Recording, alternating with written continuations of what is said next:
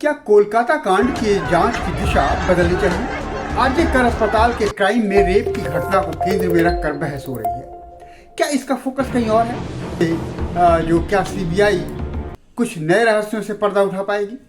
देखिए the editor.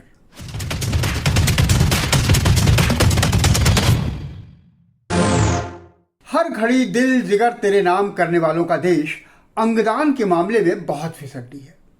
Dadhich जैसे दानवीरों का देश आर्गन डोनेशन के मामले में अमेरिका से 100 गुना पीछे है, जबकि आर्गन ट्रांसप्लांट ऑपरेशन करने में ये दुनिया में तीसरे नंबर पर है। ऑर्गन कम, ऑपरेशन ज्यादा, मतलब कुछ तो गड़बड़ है, बिल्कुल गड़बड़ है। इस विषय को लेकर जरा गूगल कीजिए, आपको पता चलेगा कि देश के तमाम राज्यों इलाकों से ऐसी खबरें आए दिन आती रहती हैं। क्योंकि आप एक साथ नहीं देखते, टुकड़े टुकड़े में कहीं कहीं देखते हैं, राज्यवार देखते हैं, अपना लोकल अखबार देखते हैं, लेकिन एक बार तमाम जगहों के अखबार पलट करके देखिए या खबरों को देखिए तो आपको पता लगेगा कि फला की किडनी निकाल ली तो कोई अस्पताल गलत तरीके से अंग बेच रहा है, किसी को गलत तरीके से ऑपरेट करके लगा रहा है।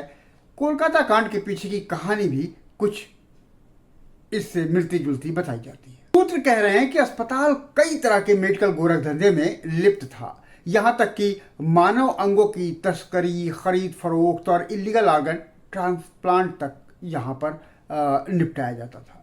अस्पताल के इस घपले, घोटाले, धतकर्म की बात उस ट्रेनी डॉक्टर को पता चल गई थी और अस्पताल प्रबंधन को भी ये बात मालूम हो गई थी कि हमारे काले कारनामे 31 वर्षीय लेडी डॉक्टर को मालूम है। अस्पताल ने उसे खामोश करवाने के लिए सब करवाया। माने हत्या मुख्य मकसद था, वो भी दरंदगी वाली हत्या, जिससे अगर उसने किसी को कुछ कहा हो या किसी और को भी कोई शक हो तो उसे उजागर करने पर क्या अंजाम होगा, इस पर किसी को कोई शक न हो, भय कायम रहे। बलात्कार तो महज इस सारे प्रकरण को एक गलत मोड़ देने के लिए, ध्यान भटकाने और जांच को जटिल बनाने के लिए है। कुल मिलाकर ये अंदाजा है, पुलिस या अदालत द्वारा जारी असलियत नहीं। सीबीआई की जांच पटकथा में परिवर्तन कर सकने के लिए आजाद है। घटना में कुछ रसूखदार राजनेता और उससे संबंधित लोग भी फंस सकते हैं, तो संभव है कि सीबीआई किसी और कथा तथा कोण के साथ कल को सामने आए। लेकिन इस कहानी से जो एक एंगल मिलता है वो बहुत महत्वपूर्ण है। इंपॉर्टेंट एंगल है देश में ह्यूमन ऑर्गन्स के ट्रेड और इलीगल ट्रांसप्लांटेशन का बढ़ता खतरनाक कारोबार का। ये कारोबार बेहद खतरनाक इसलिए है कि यह क्राइम दूसरे अपराधों को भी जन्म देता है। कोलकाता केस में अगर इसका हाथ माने तो ऑर्गन ट्रेड ने रेप और मर्डर को जन्म दिया ना। यह गरीब कुछ लोगों को रुपए के बदले कर्ज चुकाने के लिए अपनी किडनी बेचने पर मजबूर करता है। कभी धोखे से कहकर कि किडनी तो कुछ दिनों में फिर बन जाती है, तुम्हारी 3 हो गई हैं, एक निकालना होगा, तो कभी बिना कुछ बताए और कभी जान लेकर शरीर के अंग चुरा लिए जाते हैं इस धंधे में। इस खतरनाक कारोबार पर डिस्कस करना इसलिए जरूरी है क्योंकि अपना देश मेडिकल टूरिज्म के लिए दुनिया में अब जाना माना है। दुनिया के हजारों लोग हर साल यहाँ सस्ती सर्जरी के लिए आते ही हैं। अब ट्रांसप्लांटेशन टूरिज्म का भी ये देश अगुवा बन रहा है। अंतर्राष्ट्रीय संस्थाएं दावा कर रही हैं कि आने वाले सालों में भारत इसका जो है ग्लोबल हब बनेगा, वैश्विक अड्डा बन जाएगा, और सरकार का ध्यान इस तरफ नहीं के बराबर है। ऐसे में कोलकाता कांड को रेफरेंस पॉइंट मान करके मानव अंगों की तस्करी तथा अवैध अंग प्रत्यारोपण के हालिया सिनेरियो के बारे में जानना और ये सोचना कि इसको रोकने के लिए क्या किया जा सकता है जरूरी जान पड़ता है। बेशक हम कुछ ज़्यादा तो नहीं कर सकते इस मामले में इंडिविजुअल तौर पर, सच है, लेकिन हमें भी जानकारियों के साथ लैस होकर के सचेत तो रहना ही होगा। तो इस सारे मामले की जड़ में है अंगों की जितनी मांग है उतना उपलब्ध ना होना। दाताओं की संख्या में कमी के चलते तकरीबन 3.5 लाख से ज्यादा मरीजों की प्रतीक्षा सूची में हर 10 मिनट पर एक जरूरतमंद मरीज और जुड़ जाता है। क्योंकि यही मांग और आपूर्ति का जो अंतर है, डिमांड और सप्लाई का जो एक तरह से अंतर है, उससे ये बाजार पनपता है।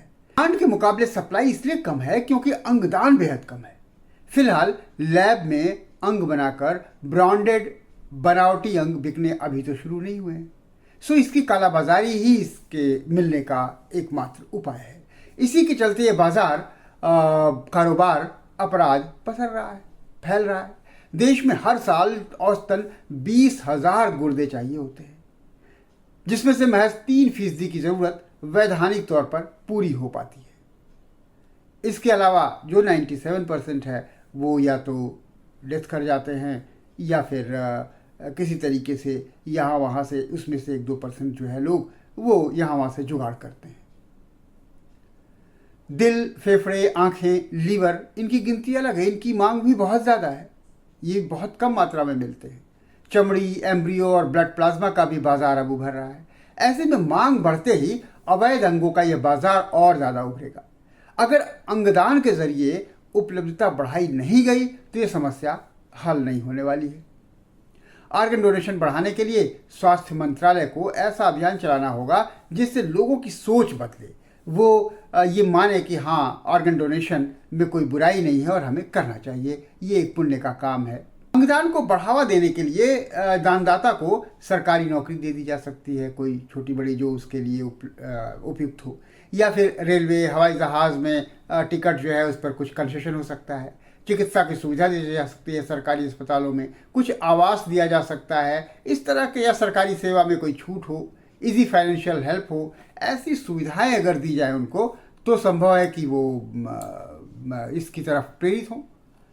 कानूनन जरूरतमंद व्यक्ति के जो ब्लड रिलेशन वाले होते हैं उन्हीं को अनुमति है अंगदान करने की, लेकिन ये ज़रूरी भी है, लेकिन फिर भी इसका कोई रास्ता निकालना चाहिए था कि कहीं और से भी उनको अंग अगर मिले सही तरीके से, उचित तरीके से, वैध तरीके से, तो उसे लगाया जा सके। तो इस नियम में भी सुधार की ज़रूरत है। भ्रष्ट अधिकारियों और क्रिमिनल गैंग के साठगांठ के तहत काम करने वाले बिचौलिए ऑर्गन देने के लिए लोगों को राजी करते हैं। ऐसे अस्पताल और डॉक्टर तक वो पहुंच बनाते हैं जो इस काम को अंजाम दे सकें। भाई, हर आदमी तो ऑर्गन ट्रांसप्लांट नहीं कर सकता, हर अस्पताल में ऑर्गन ट्रांसप्लांट नहीं हो सकता है। तो इस गठजोड़ को हमें तोड़ना होगा, और हमें क्या, जाहिर है सरकार को तोड़ना होगा। जस्टिस अपहेल्ड की एक रिपोर्ट के अनुसार अंगों के व्यापार में ट्रांसप्लांट टूरिज्म सेवाएं देने वाले होटल, दलाल, डॉक्टर, ट्रांसप्लांट सेंटर, दवा कंपनियां, ये सब मुख्य लाभार्थी हैं, इनको सीधे फायदा पहुंचता है।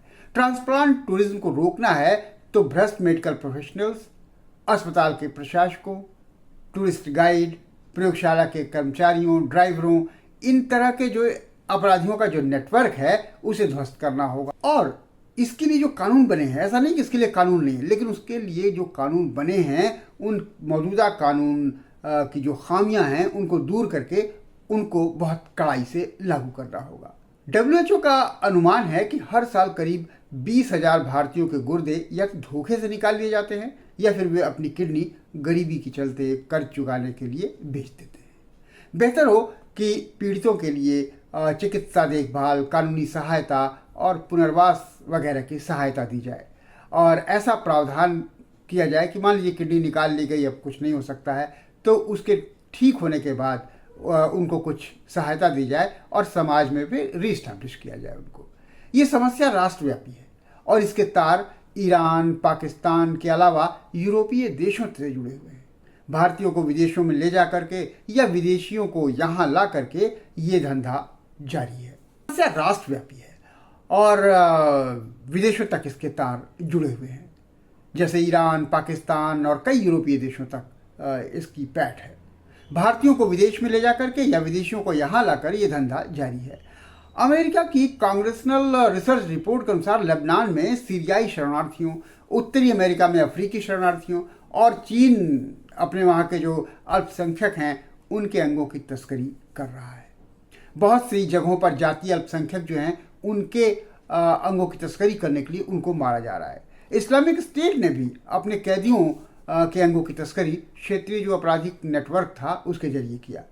सबब ये कि तस्करी और प्रत्यारोपण पर्यटन पर इस्तांबुल के घोषणा पत्र जो 2018 का है उससे, और मानव अंग और ऊतक प्रत्यारोपण अधिनियम 1994 जो भारत का है उसका कोई फर्क नहीं पड़ रहा खास।